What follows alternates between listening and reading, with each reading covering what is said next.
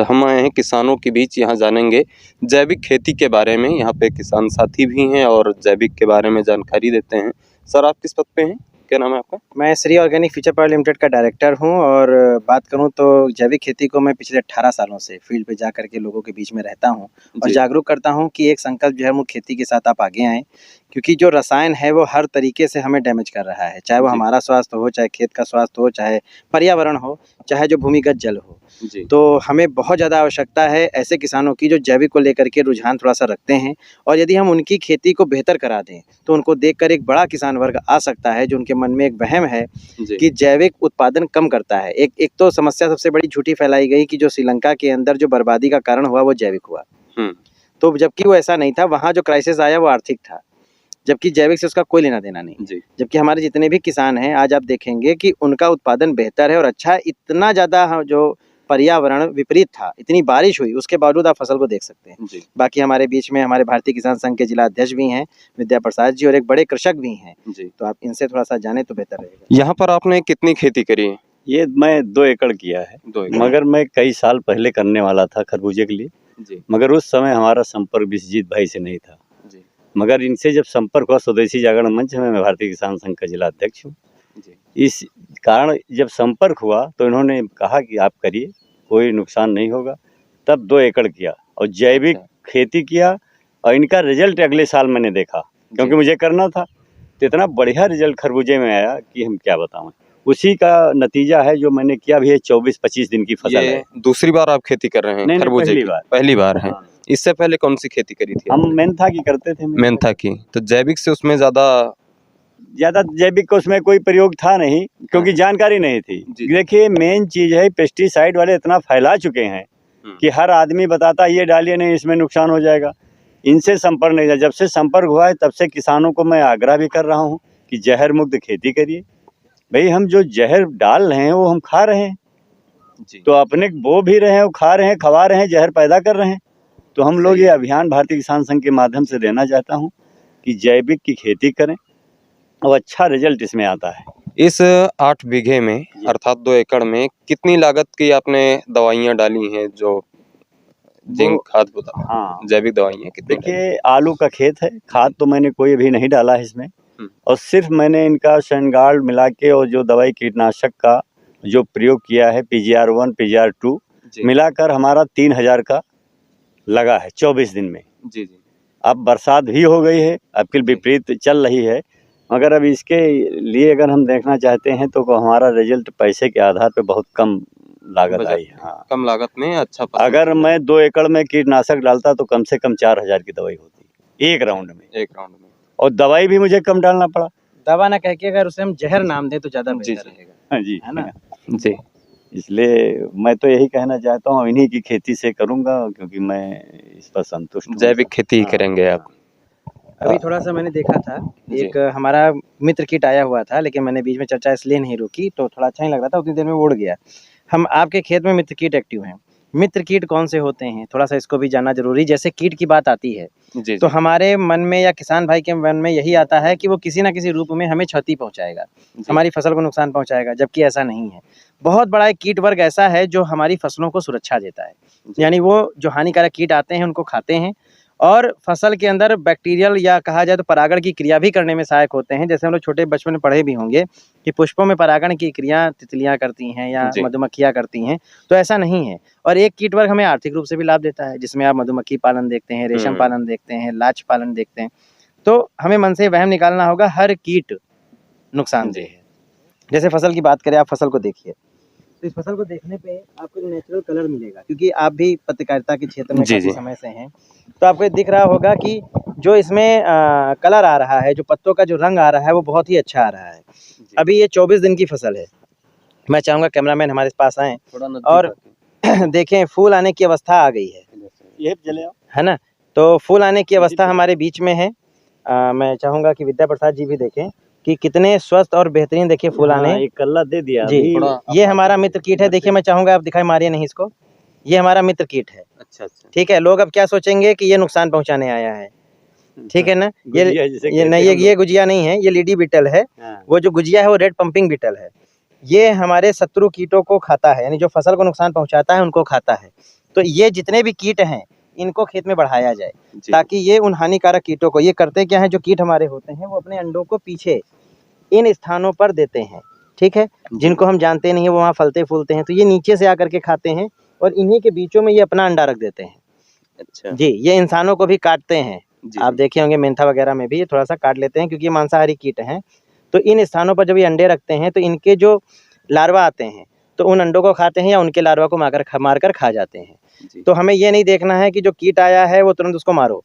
अब आप फसल की स्थिति को देखिए तो कितने स्वस्थ हैं, और देखिए प्रत्येक पौधे में बेहतरीन फूल आने लगे हैं, है ना। अगर अभी ये स्थिति ऐसी बनी रही तो आप ये मानिए कि जो इनकी लागत है वो दुगनी होगी। जी यानी जो कहा जाता है कि किसान की आय दुगनी करनी है, तो दुगने का अर्थ क्या है, सिर्फ पैसे से दुगनी नहीं होती है, लागत को आधी कर दें तो भी वो आय दुगनी होती है। जी। अच्छा, इस फसल को पूरी तरह से तैयार होने में कितने दिन लगते हैं लगभग? फसल का देखिए जो समय है, लोग क्या सोचते हैं कि हम रसायन डाल के जल्दी पैदा कर लेंगे, ऐसा नहीं है, क्योंकि हमारी एज जब 20 साल की होगी तभी तो हम 20 साल के होंगे। सही। अगर फसल की एज 80 दिन की है तो वास्तविकता में वो 80 दिन लगेगी। अब सही। क्या करते हैं, जिब्रेलिक एसिड डालकर या अन्य प्रकार के रसायनों को डालकर जल्दी बढ़ाने का प्रयास कर रहे हैं, इंजेक्शन लगा रहे हैं, जी तो हमें तत्काल लाभ तो मिल जाता है, लेकिन जो फसल हमारी 2 महीने या 3 महीने चलनी थी उसको हमने 1 महीने के अंदर, 1.5 महीने के अंदर समाप्त कर ली, जबकि मेन रेट हमें उस समय मिलता है जब अनुपलब्धता होती है उस वस्तु की। सही। तो सभी लोग एक साथ मार्केट में दे देते हैं, जिसकी वजह से लागत हमें कम मिलती है। अगर हम सही समय पर अपनी फसलों उत्पादन करें और सही समय पे मंडियों को भेजें तो हमें लागत के साथ साथ जो हमारा मुनाफा, जो प्रॉफिट आता है वो बेहतर आता है। और किसान जल्दबाजी के चक्कर में एक बहुत बड़ी आय अपनी छोड़ते हैं। और मैं तो ये कहूँगा किसान भाइयों से कि वो अपना एक प्लेटफॉर्म चुनें और इस उत्पादन को एक ऐसे स्थान पर बेचें जहाँ उन्हें अधिक आय की प्राप्ति हो, क्योंकि मंडियों में बैठे हुए दलालों से वो बचें। जी जी। इसकी फसल को आने में 80 दिन का नहीं, हर समय फसल, होता ये है। मैंने एक उदाहरण दिया है। अच्छा, इस जी। फसल की बात कर रहा हूँ मैं, खरबूजे की फसल की। खरबूजे- इसमें लगभग कितने समय में जी, तैयार हो जाता अब होता क्या है, खरबूजा जो हम लोग लगा रहे हैं वो वैरायटी कौन सी है, जैसे देसी जी। खरबूजा लगा रहे हैं तो वो 100 दिन के आसपास, 125 दिन, 20 दिन के आसपास हो जाती है। ठीक। जो हाइब्रिड है जैसे ये है तो 70 से 75 दिन की होती है। जी अब इसमें भी किसान भाई थोड़ा सा लालच कर बैठते हैं, या कहा जाए तो दुकानदारों के उसमें बातों में आ जाते हैं। खरबूजे का सही समय ये है बुआई का, जी जो विद्या प्रसाद जी ने किया है बिल्कुल सही समय पे किया है। अब था क्या, जो किसान पहले लगा दिया था, आगे लगा दिया था, फरवरी में लगा दिया था, क्योंकि ये कुकुरबिट्स हैं। कहा जाए तो कुकुरबिट्स का मतलब होता है जायद की फसलें, अर्थात ग्रीष्मकालीन फसलें। तो इनको जब गर्मी नहीं मिलेगी तो ये उतना उत्पादन, या कहा जाए तो बेहतर उत्पादन नहीं देंगी। इस वजह से उनकी फसल खराब हुई, या ओलावृष्टि या जो वर्षा हुई उसका बहुत बड़ा क्षति उन्होंने सहा है। और आज अगर आप देखें, ये खेत पूरा देखिए, सबसे बड़ी चीज़ मैं चाहूँगा कि आप पूरा खेत दिखाएं एक बार। जी आप यहाँ से बैठकर देखिए, कहीं भी पेड़ छोटा बड़ा नहीं दिखेगा, सब एक साइज़ का दिखेगा। ये सही। अनुभव आपको फील्ड पे शायद पहली बार हुआ होगा। जी राइट। इसका रीज़न क्या है कि हमने कोई बनावटी केमिकल यहाँ नहीं डाला है, या हमने जी। कोई एक ऐसा हार्मोन्स नहीं दिया है कि पौधा एकदम से बढ़े। हमने यहाँ पर क्या किया है, पौधे के अंदर जो हार्मोन्स डेवलप होते हैं उनको प्राकृतिक तरीके से करने दिया है। तो प्राकृतिक तरीके से जब बढ़वार होगी, जैसे हम लोग देखते हैं कि हम बचपन में हम लोग एक साथ सारे दोस्त बढ़ते हैं, भले उनमें से कुछ हार्मोन्स की वजह से हाँ। अपना, लेकिन उसमें औसतन सबकी हाइट या कहा जाए बातचीत करने का वो जो माइंड का डेवलपमेंट एक जैसा होता है। तो वही आप यहाँ पर देख रहे हैं, तो ये प्राकृतिक तरीके से बढ़ रही हैं। अच्छा, ये 70 से 75 दिन इनको लगते हैं जी। उगने में, और जी। इसमें खर्च लगभग कितना आ जाता है? देखिए, खर्च कई लोग कह देते हैं कि इसमें 70,000 लगेगा, जैसे भाई साहब जी। से बोला गया कि 2 लाख रुपए की दवाएं लगेंगी, वो इनसे बताया गया था। लेकिन मेरा मानना ऐसा है कि खर्च को पहले से आंकलित कर लेना गलत है। जी रोग कितना आएगा, कीट कितना आएगा, मौसम की मार कितनी होगी, ये सब पहले से आकलन कर पाना संभव नहीं है। संभव नहीं है। जी, सही है। क्योंकि कहा गया है जो वास्तविक जुआ खेलता है वो कृषक भाई खेलता है। जी क्योंकि व्यापारी तो कहता है कि हम रिस्क लेते हैं, लेकिन असली सही। रिस्क हमारे किसान भाई लेते हैं। घर में चैन से सोते हैं और अपनी खुली फसल को आसमान के नीचे छोड़ देते हैं। इतनी ओलावृष्टि और इतने प्रकार की समस्याओं के बावजूद किसान के चेहरे की हंसी आप देख लीजिए, सही है है ना। एक जानकारी और चाहिए कि खरबूजे की खेती है या धान गेहूं जो भी खेती करेंगे, सभी में जैविक ऐसे कम रेट में दवाइयाँ देती हैं, क्या है? देखिए, जैविक जब हम करना शुरू करेंगे तो हो सकता है किन्हीं क्षेत्रों में या किन्हीं खेतों में लागत थोड़ी सी ज़्यादा है, जी क्योंकि डिपेंड करता है आपकी मिट्टी की स्थिति क्या रही है। अच्छा। जैसे मिट्टी के अंदर केचुआ नहीं है तो हमें केचुआ डेवलप करने के लिए कुछ जैविक चीज़ें डालनी पड़ेंगी, क्योंकि बिना केचुए के अगर आप सोचें खेती की कल्पना की जाए जी तो संभव नहीं है। आज अगर खेती खराब हो रही है तो उसका मेन रीज़न है खेत से केचुए का खत्म होना। जी केचुए की हमें क्रिया को समझना होगा। जैसे अभी किसी भी बच्चे से पूछ लीजिए या किसान से पूछ लीजिए कि किसान का मित्र कौन है, वो सीधे कहते हैं केचुआ। सही है। तो खेतों से खत्म क्यों किया? आज मेड़ों के किनारे केचुआ है, मेड़ों के किनारे आपको केचुए की खाद मिलने लगेगी, लेकिन खेत के अंदर नहीं मिल रही है। सॉरी, वर्मिंग कंपोस्ट के नाम से आप बाजार से खरीद के लाते हो, वही वर्मिंग कंपोस्ट आप खेत पे तैयार कर सकते हो, सही। जिसमें कोई पैसा नहीं लगेगा। तो लागत तो आप ही बढ़ा रहे हो, जबकि पता है कि हमें 10 किलो यूरिया डालनी है बीघे में, 11 किलो या 12 किलो डालनी है, तो वहाँ 1 बोरी का प्रयोग क्यों कर रहे हैं? क्योंकि नाइट्रोजन 0.8% ही पौधा ग्रहण करता है। आपके ज़्यादा डालने से उल्टा वहाँ रोग बढ़ेंगे, फसल नहीं बढ़ेगी, जी। है ना? तो ये मानसिकता में निकालनी होगी कि बोरी के बढ़ाने से उत्पादन बढ़ेगा। आप बोरी बढ़ाओगे खाद की तो उत्पादन घटेगा, रोग बढ़ेगा, फसल खराब होगी, मिट्टी खराब होगी, आपकी जो आय दुगनी नहीं आधी की आधी हो जाएगी, क्योंकि आपने सारी लागत उत्पादन में लगा दी है। ये हमारे ग्रामीण क्षेत्र के जो किसान साथी हैं जिनको केचुआ के बारे में जानकारी नहीं है कि ये कैसे खेत में हमारे आते हैं और कैसे नष्ट होते हैं, देखिए, इसके बारे में थोड़ा विस्तार केचुआ स्वतः हमारे खेतों में है, जी। यानी इसको हमें जिंदा करने की आवश्यकता नहीं है, या कहा जाए तो हमें इसको कहीं से लाने की आवश्यकता नहीं है। कुछ लोग क्या करते हैं, अमेरिकन केचुए को लेकर के आते हैं, जो बड़ा बड़ा सा केचुआ होता है, लगता है उनको कि अच्छा है, ऐसा नहीं है। मैं आज एक बहुत बारीक चीज़ बताऊंगा आपको, क्योंकि मैंने कहा ना 18 साल मुझे हैं इस फील्ड में, और मैं काफ़ी अनुभव भी लोगों से लेता रहता हूँ, बहुत कुछ किसानों से सीखता भी हूँ। तो जो अमेरिकन केचुआ होता है, इसके पसीने में लेड पाया जाता है। लेड का मतलब होता है, आप समझ गए होंगे, कांच। तो वो सीसा जो है हमारे खेतों को बंजर करता है। तो किसी भी रूप में अमेरिकन केचुआ हमारे लिए उपयोगी नहीं है। हमारा जो देसी केचुआ मिट्टी के अंदर आज भी है, आप गोबर को डालें और ढक दें, आप देखेंगे वहाँ कितनी मात्रा में केचुआ आपको मिल जाएगा। यानी हमें कहीं से लाने की आवश्यकता नहीं है, बस हम यूरिया को ज़मीन में डालना बंद करें, क्योंकि नाइट्रोजन आवश्यक है तो आप स्प्रे के रूप में दें, आप ज़मीन में मत डालें। क्योंकि कहीं भी आप देखो 2-4 दाना लेकर के हाथों में केचुआ रखिए और 2-4 दाना यूरिया डाल दीजिए, देखिए उनको पल भर में वो मर जाएगा। कारण है उसके शरीर को गला देता है जी। और जब केचुआ रहता है तो आप देखोगे खेत में जैसे किसी ने बंदूक से गोली मारी हो, इतने छेद होते हैं। उस छेद का प्रयास क्या करता है केचुआ, क्योंकि ऑक्सीजन नीचे जाता है, ये जो जल भरने की समस्या ये नहीं होती, ये तुरंत नीचे मिल जाता है, पोषक तत्वों को लाने का काम करता है, मिट्टी को केक रूप में बनाता है जी। आप देखेंगे जो आटा मुलायम होता है उसकी रोटी बहुत अच्छी बनती है, सही। लेकिन जो आटा टाइट से हो जाता है उसकी रोटी अच्छी नहीं बनती है। तो आप ऐसे ही कल्पना करिए कि मिट्टी अगर मुलायम होगी तो जड़ों का विस्तार और विकास अच्छा होगा, हमारी फसल वैसे ही अच्छी होगी जी, उपजाऊ होगी। जी हाँ, लोगों के मन में जो वहम है कि आप कुछ कहना चाहेंगे इस पर? भाई मैं तो यही कहना चाहूँगा कि लोग जो किसान भ्रमित है, उनके बीच में कोई ऐसा व्यक्ति नहीं आता है कि सही राय दे दे। भाई मेन चीज़ है फसल लागत लगाता है, उसका एक डर बना है कि अगर हम जैविक करते हैं तो नुकसान न उठा जाए। अब मैं खरबूजे की बात कर रहा हूँ, भाई अच्छी खासी लागत लगी, हम खुद डरते थे, मगर इनकी अग्रिम फसल देखकर अगले साल इन्होंने कराया था सिरौली गौशपुर क्षेत्र में। अच्छा, तो वो हमको देखा फल कि लोग किसान भी कहने लगे कि यार हम तो दवाई वाला किया तो इसमें फलन कम है और इसमें तो बहुत फलन है। वो देखकर हाँ, इसलिए मैं इनकी फसल किया। मैं तो ये कहना चाहूँगा कि जैविक का प्रयोग करें। ये 24 से 25 दिनों का जो अनुभव रहा है, ये कैसा रहा है? ये बहुत अच्छा रहा अनुभव, लागत के आधार पे और फसल देखने के आधार पे जो मैंने किया है, तो मुझे तो प्रसन्नता से आप सहमत हैं? मैं हाँ सहमत, बिल्कुल सहमत हूँ। भाई लागत कमाई है और अच्छा पेड़ चल रहा है, इसलिए हमको तो भाई पूरी सहमति इस पर है। और विश्वजीत के भरोसा के ऊपर मैंने किया भी है, और इनका हमारा ये स्वदेशी जागरण मंच के हैं, मैं भारतीय किसान संघ का हूँ, और स्वावलंबी भारत में दोनों लोग एक ही जगह पे, इसलिए हम और भी इनसे अधिक संबंध है इनका। जी। मैं ये चाहता था कि जो आपके संबंध हैं इसे अलग रख के जो किसान हित की मतलब जैविक से सभी किसानों को लाभ है जी, लाभ है ना? नहीं लाभ है। देखिए संबंध बनने को मैं ये बता रहा हूँ कि जब तक किसी पर विश्वास नहीं टिकेगा तब तक वो काम नहीं करेगा, ये सभी जानते हैं, क्योंकि लागत लगती है। बिल्कुल। तो विश्वास होने के बाद ये संबंध बने हमारे, और तभी मैं लोगों से कहता हूं कि पहले, अब मैं खरबूजा के लिए इनका कोई ज्यादा मेहनत नहीं किया कि किसी से दूसरे बताया। हम इनसे कहा मैं पहले अपना करूंगा तब किसी से बताऊं, क्योंकि डर लगता है भाई कोई नुकसान हो जाए, किसी को कहा मेरी लागत आती है। तो मैं देख रहा हूं कि रिजल्ट भाई बहुत अच्छा आ रहा है, और विश्वास के साथ मैं तो यही जैविक वाला करूंगा खरबूजा के लिए। अब मैं 19-19 डाला है, इन्होंने कहा है एकदम से जैविक नहीं किया जा सकता, सही है, जो जहाँ जरूरत है, इसलिए 19-19 का मैंने इसमें छिड़काव किया है जी, और रिजल्ट फर्स्ट क्लास।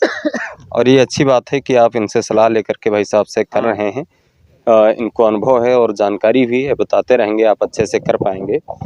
अब इसमें कौन सी दवाइयों की ज़रूरत है इनकी फसल में? अभी हुआ क्या है, पिछले साल सिरौली गौशपुर की बात करें या बाराबंकी जिले की बात करें, यहाँ एक नेमाटोड नाम का सूत्रकृमि जो ज़मीन के नीचे रहता है, जिसका मेन कारण है हमारे खेतों से केचुए का समाप्त होना, क्योंकि वो मैक्सिमम रूप से केचुए के शरीर में रहता है, उससे पूरी फसलें नष्ट हो गई।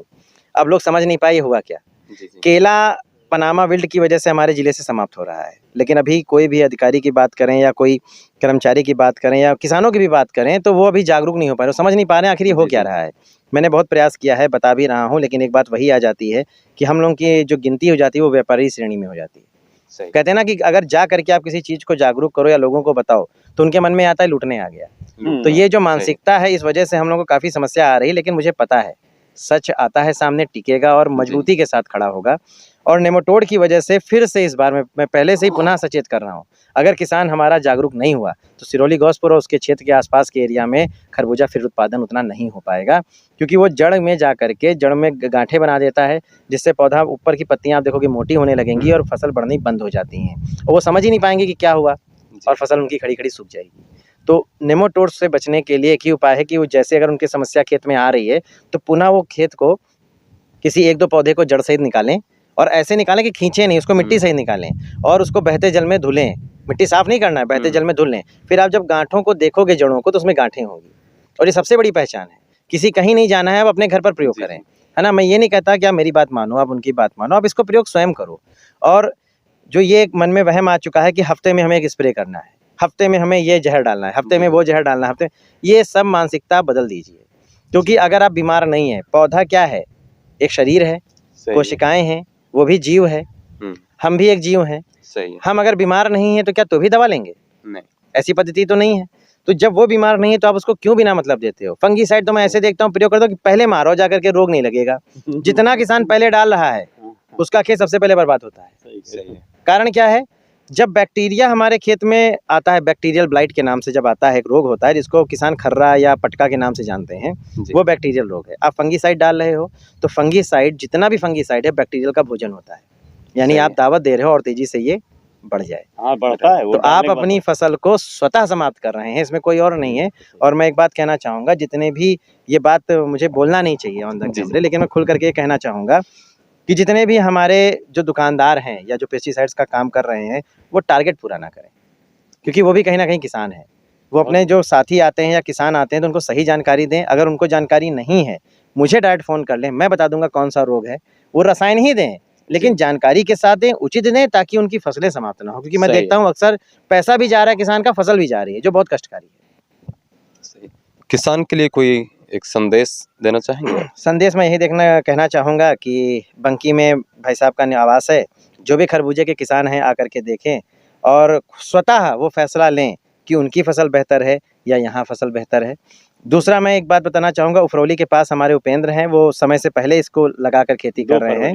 2 फरवरी को उसने बीजारोपण किया था और आज उसकी फसल लगभग तैयार है। और बहुत ही विपरीत परिस्थितियों में बारिश हुई, ओलावृष्टि हुई, लेकिन उसकी फसल आज भी वैसे ही खड़ी है। तो आप वहाँ जाकर के उसका खेत देख सकते हैं।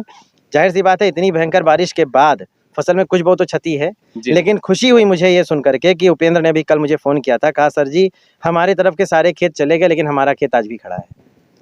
तो जैविक में कितनी ताकत है वो उफरौली जाकर देख लें। और बाकी रिजल्ट आपके सामने है, जो आप विद्या प्रसाद जी से संपर्क कर सकते हैं। और मैं चाहूँगा यहाँ विद्या प्रसाद जी अपना नंबर दें, ताकि जो किसान इस वीडियो को देख रहे हैं वो आपसे संपर्क करके जानकारी ले लें। ठीक है, अभी इनका डिस्क्रिप्शन में नंबर डाल देंगे हम। आप कोई संदेश देना चाहेंगे किसान साथियों को? मैं तो यही संदेश देना चाहूँगा कि हमारा बाराबंकी किसान काफ़ी खरबूजे में लिप्त है। नुकसान जैविक न छोड़ करके जो पेस्टिसाइड देता है, दवाई पैसा भी ज़्यादा लगता है। भाई किसान की लागत कम हो, फसल अच्छी हो।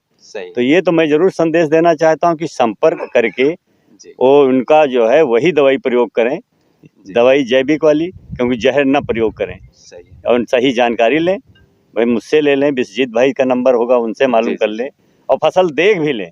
भाई देखने के बाद अनुभव होता है। मैं यही कहना चाहता हूँ। आप सभी साथियों को एक सुझाव देना चाह रहे हैं कि डिस्क्रिप्शन में आपको डिटेल मिल जाएंगे, मोबाइल नंबर मिल जाएगा विश्वजीत जी का और किसान साथी का, और स्क्रीन पर भी इन लोगों का नंबर चलता रहेगा नाम सहित। आप फ़ोन कर सकते हैं, जानकारी लीजिए, अच्छे से खेती करिए। किसान साथी हमारे अन्नदाता हैं, इन्हीं के बल पे सभी लोग जीवित हैं। Thank you.